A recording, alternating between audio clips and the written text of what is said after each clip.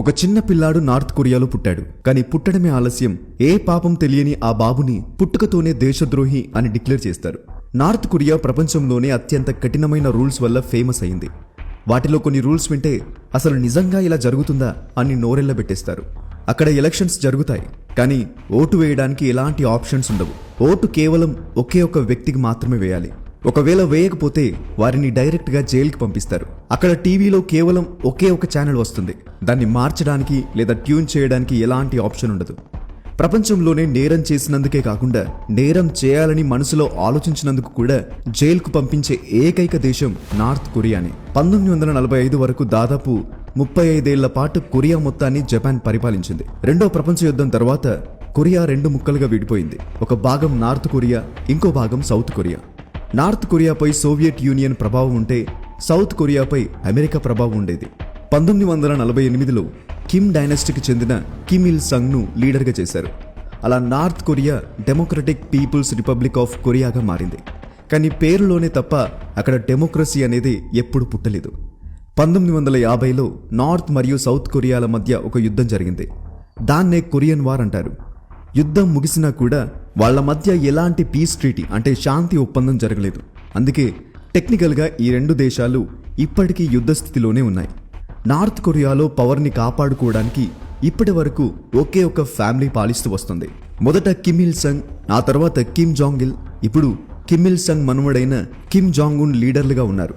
ప్రతి రూలర్ తన సింహాసనాన్ని కాపాడుకోవడానికి కఠినమైన చట్టాలను విధిస్తూ వచ్చారు. భయంకరమైన శిక్షల ద్వారా ప్రజలను అణిచివేయడానికి ఎన్నో రూల్స్ పెట్టారు. జనాలు ఎక్కడ సౌత్ కొరియా లేదా వెస్టర్న్ కల్చర్కి ఇంప్రెస్ అయిపోయి తమకు వ్యతిరేకంగా మారుతారేమో అన్న భయంతోనే ఇవన్నీ చేశారు.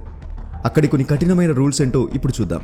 2024లో నార్త్ కొరియా సన్ గ్లాసెస్ పెట్టుకోవడంపై మరియు వెడ్డింగ్స్లో వేసుకునే వెడ్డింగ్ డ్రెస్ల మీద బ్యాన్ విధించింది. అక్కడ మెట్రో లేదా పబ్లిక్ స్టేషన్స్లో నార్మల్ మ్యూజిక్ రాదు. కేవలం కిమ్ ఫ్యామిలీ ఇచ్చిన స్పీచ్లు మాత్రమే వినిపిస్తాయి. ఆ సమయంలో ఎవరూ ఒకరితో ఒకరు మాట్లాడకూడదు, అసలు అల్లరి చేయకూడదు. ఎవరైనా సౌత్ కొరియన్ డ్రామాలు లేదా హాలీవుడ్ సినిమాలు చూస్తూ దొరికిపోతే లేబర్ క్యాంపులు లేదా కఠినమైన శిక్షలుంటాయి. బయటి దేశాల ప్రభావం ప్రజలపై పడకుండా ఐడియాలజికల్ కంటామినేషన్ అంటే భావజాల కాలుష్యాన్ని ఆపడానికే ఈ రూల్స్ పెట్టారు. సామాన్య ప్రజలకి ఇంటర్నెట్ ఉండదు. కేవలం ఇంట్రానెట్ వాడుకోవడానికి మాత్రమే పర్మిషన్ ఉంటుంది. ఇది పూర్తిగా క్లోజ్డ్ నెట్వర్క్. కేవలం నార్త్ కొరియా లోపలే పనిచేస్తుంది. దీనిపై కూడా స్టేట్ నిరంతరం మానిటర్ చేస్తూ ఉంటుంది. జనాలు ఏం చూస్తున్నారు, ఏం చదువుతున్నారు, ఏం మాట్లాడుకుంటున్నారు అనేది గమనిస్తారు. స్టేట్ పర్మిషన్ లేకుండా వేరే దేశాలకి ఫోన్ చేయడం కూడా ఇల్లీగల్. టీవీ, రేడియో, పేపర్లు అన్నీ ప్రభుత్వమే నడుపుతుంది. అక్కడ ప్రైవేట్ మీడియా అనేది లేదు.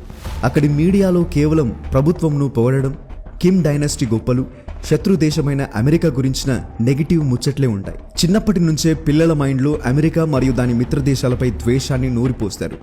జుట్టు ఎలా కత్తిరించుకోవాలో కూడా ప్రభుత్వమే కొన్ని హెయిర్ స్టైల్స్ డిసైడ్ చేసి చెప్తుంది. ప్రజలు వాటినే ఫాలో అవ్వాలి. బ్లూ జీన్స్ వేసుకోవడం, హెయిర్కు కలర్ వేసుకోవడం, మెరిసే బట్టలు వేసుకోవడం లాంటివి అక్కడ పూర్తిగా బ్యాన్. ఒకవేళ అలా చేస్తే వారి ఎక్విప్మెంట్ లాగేసుకుని కఠినంగా శిక్షిస్తారు. బట్టలే కాదు, నచ్చిన ఫుడ్ తినడానికి కూడా అక్కడ అనుమతి లేదు. హాట్ డాగ్స్ అనేవి అమెరికన్ కల్చర్ కాబట్టి, అలాగే కొన్ని డిష్లు సౌత్ కొరియన్ కల్చర్ కాబట్టి వాటిని బ్యాన్ చేశారు. ఒక సిటీ నుండి ఇంకో సిటీకి వెళ్లాలన్నా పర్మిషన్ ఉండాలి, లేదంటే అది ఇల్లీగల్ అవుతుంది. పాస్పోర్ట్ కేవలం ఎలైట్ క్లాసెస్ అంటే గవర్నమెంట్ ఆఫీసర్లు, కిమ్ జాంగ్ ఉన్కి దగ్గరి వాళ్ళకు మాత్రమే దక్కుతుంది. నార్మల్ పబ్లిక్ దేశం దాటి బయట అడుగు పెట్టడం అనేది కలలో కూడా జరగదు. అక్కడ భూమి, ఇల్లు, షాప్, బిజినెస్ ఏదైనా సరే అన్నీ కూడా స్టేట్ అంటే ప్రభుత్వ ఆస్తి మాత్రమే. ఎవరు వాటికి ఓనర్స్ కాలేరు, కేవలం వాడుకోవాలంతే. అక్కడ ఏ మతాన్ని ఫాలో అవ్వడం లేదా ప్రాక్టీస్ చేయడం కూడా నేరమే. బయట ప్రపంచానికి తమ మత స్వేచ్ఛ గల దేశమని చూపించుకోవడానికి కొన్ని చర్చిలైతే ఉన్నాయి, కానీ ఆ చర్చిలకు వెళ్తే మాత్రం లేబర్ క్యాంపులకు పంపి శిక్షిస్తారు. ఒకవేళ ఎవరైనా ప్రభుత్వంపై తిరగబడినా, కిమ్ డైనాసిటీకి వ్యతిరేకంగా మాట్లాడినా కేవలం ఆ ఒక్కరికే కాదు, వాళ్ళ ఫ్యామిలీ మొత్తాన్ని జైల్లో వేస్తారు. ఈ శిక్ష ఏకంగా 3 తరాల వరకు అంటే 3 జనరేషన్స్ వరకు ఉంటుంది. అంటే తాత దేశద్రోహి అయితే ఎన్నో ఏళ్ల తర్వాత పుట్టిన మనవడు లేదా మనవరాలు కూడా పుట్టుకతోనే దేశద్రోహి అని పిలువబడుతుంది.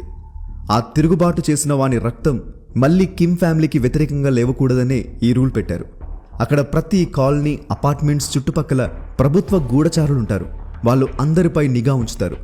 అక్కడ నేరం చేయడమే కాదు, నేరం చేయాలని మనసులో ఆలోచించిన దాన్ని ఎవరైనా రిపోర్ట్ చేసినా జైలుకి వెళ్లాల్సిందే. పుట్టినప్పటి నుండి చనిపోయే వరకు ప్రతి వారం సెల్ఫ్ క్రిటిసిజం సెషన్స్ జరుగుతాయి. క్లాస్ రూమ్ మధ్యలో నిలబడి తమ తప్పులను, అంటే ఎవరి బలహీనతనైనా దాచడం, కిమ్ జాంగ్ ఉన్ని తక్కువ పొగడటం లేదా బయటి దేశపు వస్తువులను చూసి మురిసిపోవడం లాంటివి చేస్తే ఒప్పుకొని క్షమాపణలు చెప్పాలి. చుట్టూ ఉన్న వాళ్ళు వారిని తిడతారు. ఈ దేశంలో ప్రతి ఒక్కరూ ఓటు వేయడం కంపల్సరీ. కానీ ఓటు కేవలం గవర్నమెంట్ నిలబెట్టిన ఆ ఒక్క వ్యక్తికే వేయాలి. ఓటు వేయకపోతే దేశద్రోహి అంటారు. మరి ఒక్కడే ఉన్నప్పుడు ఎలక్షన్స్ ఎందుకంటే అది లీడర్ని ఎన్నుకోవడానికి కాదు, ప్రజలు ఎంత నమ్మకంగా ఉన్నారనే దానికి పరీక్ష, అంటే లాయల్టీ టెస్ట్. 100% ఓట్లు పడితే దాన్ని ప్రభుత్వం తన పవర్గా, ప్రజల ఐక్యతగా భావిస్తుంది. అక్కడ నేషనల్ అసెంబ్లీ అంటే సుప్రీం పీపుల్స్ అసెంబ్లీ ఉంది. కానీ దాని పని నిర్ణయాలు తీసుకోవడం కాదు, కిమ్ నిర్ణయాలపై కేవలం స్టాంప్ వేయడం మాత్రమే. ప్రజలందరూ ప్రభుత్వం చెప్పిన 10 పాయింట్ల సిద్ధాంతాలను బట్టి పట్టాలి. అప్పచెప్పేటప్పుడు మధ్యలో ఆగిన దేశద్రోహి అంటారు. ఆ 10 పాయింట్స్లో కిమ్ ఇల్ సంగ్ పేరు లేని పాయింట్ ఒక్కటి కూడా ఉండదు. అక్కడ టీవీ సెట్లు కేవలం ప్రభుత్వ ఛానల్ అయిన కొరియన్ సెంట్రల్ టెలివిజన్కి మాత్రమే సెట్ చేసి ఉంటాయి. ఛానల్స్ మార్చడం ఇల్లీగల్. బయటి నుండి వచ్చే టీవీస్లో ట్యూనర్స్ ముందే బ్లాక్ చేస్తారు. సైకిల్కి కూడా రిజిస్ట్రేషన్ మరియు నంబర్ ప్లేట్ ఉంటాయి. సైకిల్ తొక్కాలన్నా రోడ్ సేఫ్టీ టెస్ట్ పాస్ అవ్వాలి, లైసెన్స్ తీసుకోవాలి. బట్టలపై ఫారెన్ దేశాలకు చెందిన లోగోలు కానీ, స్లోగన్లు కానీ, జెండాలు కానీ అస్సలు ఉండకూడదు. వీటన్నిటినీ బయటి ప్రపంచపు కల్చరల్ ఎఫెక్ట్గా ప్రభుత్వం చూస్తుంది. టూరిస్టులు ఎవరైనా ఈ దేశానికి వెళ్తే ఖచ్చితంగా గైడ్ ఉండాలి. గవర్నమెంట్ చెప్పిన లొకేషన్స్కే వెళ్ళాలి. లోకల్ జనాలతో మాట్లాడకూడదు. ఓపెన్గా ఫోటోలు తీయకూడదు. ఒకవేళ ఇంటర్వ్యూ తీసుకోవాలన్నా టూర్ గైడ్ పర్మిషన్ ఖచ్చితంగా ఉండాలి. మొబైల్స్, కంప్యూటర్లు ఉన్నా కూడా వాటి USB డ్రైవ్స్, మొబైల్ మెమోరీని రెగ్యులర్గా చెక్ చేస్తారు. బయటి కంటెంట్ దొరికితే కఠినమైన శిక్ష పడుతుంది. నార్త్ కొరియాలో సాంగ్ మూన్ అనే ఒక క్రూరమైన సిస్టమ్ ఉంది. బాబు పుట్టగానే వాడి లైఫ్ ఎలా ఉంటుందో వాడి ఫ్యామిలీ హిస్టరీని బట్టి డిసైడ్ అయిపోతుంది. ఇందులో 3 క్లాసెస్ ఉన్నాయి. మొదటిది కోర్ క్లాస్. ఇందులో కిమ్ ఇల్ సంగ్ రెవల్యూషన్లో పాల్గొన్నవారు, కొరియన్ వార్లో పోరాడిన సైనికుల ఫ్యామిలీస్ ఉంటాయి. వీళ్ళని అత్యంత విశ్వాసపాత్రులుగా భావిస్తారు. వీళ్ళకి గవర్నమెంట్ అలాగే ఆర్మీలో పెద్ద పెద్ద ఉద్యోగాలు ఇస్తారు. మెయిన్ సిటీ ప్యాంగ్యాంగ్లో ఉండే పర్మిషన్, కార్లు మెయింటైన్ చేసే పర్మిషన్ వీళ్ళకే ఉంటుంది. రెండవది వేవరింగ్ క్లాస్. వీళ్ళు నార్మల్ సిటిజన్స్. వీళ్ళ పూర్వీకులు సాధారణ కూలీలు లేదా రైతులు. వీళ్ళ గతం ప్రభుత్వం దృష్టిలో మంచిది కాదు, చెడ్డది కాదు. వీళ్ళకి మిడిల్ క్లాస్ ఫెసిలిటీస్ ఉంటాయి. మూడవది హోస్టైల్ క్లాస్. వీళ్ళ పూర్వీకులు గతంలో ఎప్పుడైనా మతాలను నమ్మిన వాళ్ళు లేదా సౌత్ కొరియాతో సంబంధాలు ఉన్నవాళ్ళు. వీళ్ళని గవర్నమెంట్ ద్రోహులుగా చూస్తుంది. సమాజంలో అందరికంటే తక్కువ హోదా వీళ్ళదే. మైనింగ్లో కష్టమైన పనులు, కూలి పనులు, క్లీనింగ్ పనులు వీళ్ళకే ఇస్తారు. అక్కడ కరెంట్, వాటర్, గ్యాస్ అన్ని రేషన్ పద్ధతిలోనే ఇస్తారు. వాటి వాడకాన్ని కూడా గట్టిగా మానిటర్ చేస్తారు. 17 ఏళ్ళు రాగానే ఆడ మగ ఎవరైనా సరే ఖచ్చితంగా 10 ఏళ్ల పాటు మిలిటరీలో పనిచేయాలి. కిమ్ ఫ్యామిలీలో ఎవరైనా చనిపోయినప్పుడు లేదా వాళ్ళ డెత్ యానివర్సరీస్ అప్పుడు ఏడవడం కంపల్సరీ. ఏడవకపోతే వాళ్ళ లాయల్టీని ప్రశ్నిస్తారు. ప్రతి ఇంట్లో కిమ్ ఇల్ సంగ్, కిమ్ జాంగ్ ఇల్ ఫోటోలు ఉండాలి. వాటిని రెగ్యులర్గా క్లీన్ చేయడం ఒక బాధ్యత. స్కూల్ పిల్లలకి కూడా వాళ్ళ స్పీచ్లను బట్టి కొట్టిస్తారు. చివరికి వాళ్ళ క్యాలెండర్ కూడా ప్రపంచంతో సంబంధం లేకుండా వేరేగా ఉంటుంది. దీన్ని జూచే క్యాలెండర్ అంటారు. సుప్రీం లీడర్ కిమ్ ఇల్ సంగ్ పుట్టిన సంవత్సరమైన 1912ని వాళ్ళు 1వ సంవత్సరం అంటే జూచే 1గా లెక్క పెడతారు. ఈ లెక్కన 2026వ సంవత్సరం అక్కడ 114వ సంవత్సరం అవుతుంది. ప్రజలకి బయటి ప్రపంచం గురించి తెలిస్తే ఎక్కడ తిరగబడతారో అన్న భయంతోనే మీడియా, ట్రావెల్, ఇంటర్నెట్ అన్నిటిపైన బ్యాన్ పెట్టారు. అలాగే వాళ్ళ న్యూక్లియర్ ప్రోగ్రాం వల్ల అంతర్జాతీయంగా పడిన శాంక్షన్స్ నార్త్ కొరియాని ప్రపంచానికి మరింత దూరం చేశాయి. అయితే ఇందులో కొన్ని రూల్స్ ఇప్పుడు మారిపోయి ఉండొచ్చు లేదా ఇంకా కఠినంగా మారుండొచ్చు. దీని గురించిన అప్డేటెడ్ ఇన్ఫర్మేషన్ ఎవరి దగ్గర లేదు. ఈ విషయాలన్నీ కూడా 1953 తర్వాత అక్కడి నుండి తప్పించుకుని పారిపోవడంలో సక్సెస్ అయిన వాళ్ళు లీక్ చేసినవే.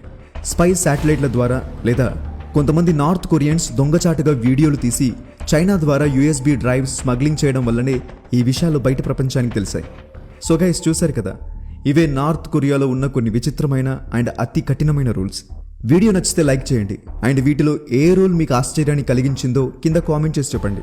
అలాగే ఇలాంటి మరెన్నో అమేజింగ్ వీడియోస్ కోసం ఇప్పుడే ఈ ఛానల్ను సబ్స్క్రైబ్ చేసుకోండి. నెక్స్ట్ వీడియోలో మరో ఇంట్రెస్టింగ్ టాపిక్తో మళ్ళీ కలుద్దాం. Thank you for watching.